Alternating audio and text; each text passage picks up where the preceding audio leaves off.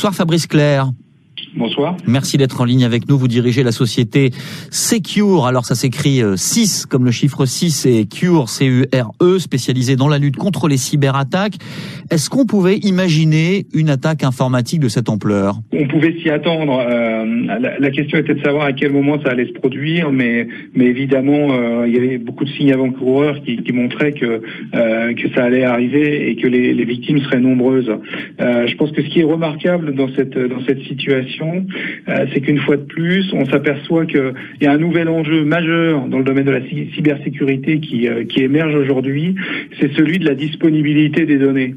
On a beaucoup parlé par le passé de confidentialité ou d'intégrité des données. Autrement dit, les utilisateurs étaient soucieux que leurs données ne soient ni volées, ni divulguées, ni modifiées frauduleusement. Et on s'aperçoit aujourd'hui, il y a un nouveau problème, c'est pouvoir accéder à ces données en toute sécurité, dans les meilleures conditions possibles. Et les cybercriminels l'ont bien compris, puisqu'en fait, il est beaucoup plus facile d'empêcher l'accès aux données à un utilisateur légitime que d'essayer de lui voler ses propres données. Oui, plus facile de bloquer l'accès plutôt que d'essayer de s'emparer des fichiers. Cette cyberattaque, est-ce que d'après vous, on est encore dedans? Autrement dit, est-ce qu'il faut attendre encore, effectivement, comme nous le disait Guillaume Poupard, pour savoir si c'est fini ou pas? Je pense qu'on est encore effectivement un petit peu dans l'œil du cyclone, ne serait-ce que parce que ce genre d'attaque se propage de manière relativement traditionnelle, comme le faisaient les malwares précédemment. Donc on n'est pas à l'abri de résurgence, de PC qui pourraient être réactivés, qui réactiveraient en même temps la menace, voire de nouvelles vagues d'attaques s'appuyant sur des outils équivalents mais différents, et donc contre lesquels on n'aurait pas forcément le patch à l'instant T, de manière à pouvoir les neutraliser instantanément. Donc à quel moment, d'après vous, est-ce qu'on pourra dire c'est terminé, on a fait le tour de cette cyberattaque et de ses conséquences? Je pense que ces attaques-là se produisent par vagues, et puis il y a une diminution de l'acuité et de l'importance de l'attaque.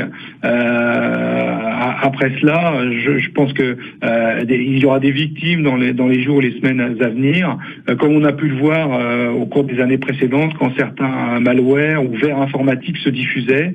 Il y avait une alerte massive au moment où le pic d'attaque était découvert, et puis au fil du temps, on s'apercevait qu'il y avait de nouvelles victimes à peu près tous les jours.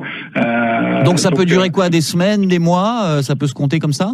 Ça peut éventuellement durer de manière insidieuse plusieurs semaines, effectivement, oui. Cette affaire, très précisément, elle fait quand même penser à des cas de raquettes, tout simplement, comme ça se fait dans le banditisme, dans la criminalité non virtuelle, parce que là, ce n'est pas du piratage pour le plaisir, c'est pour de l'argent. Est-ce que c'est nouveau, cette dimension-là? C'est pas tout à fait nouveau. Je pense que le grand public en prend conscience de plus en plus, mais c'est quelque chose qui existe déjà depuis quelques années. Ce fameux chantage à la disponibilité a été détecté depuis déjà quelques temps par les cybercriminels comme étant une possible manne financière.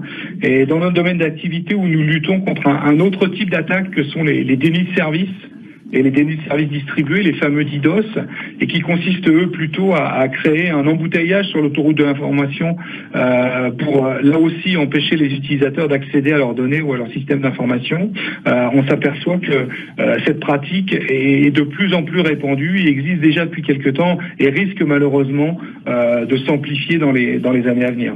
Eh bien, merci beaucoup Fabrice Clerc, directeur de la société Secure, invité du 17-20 France Info ce soir.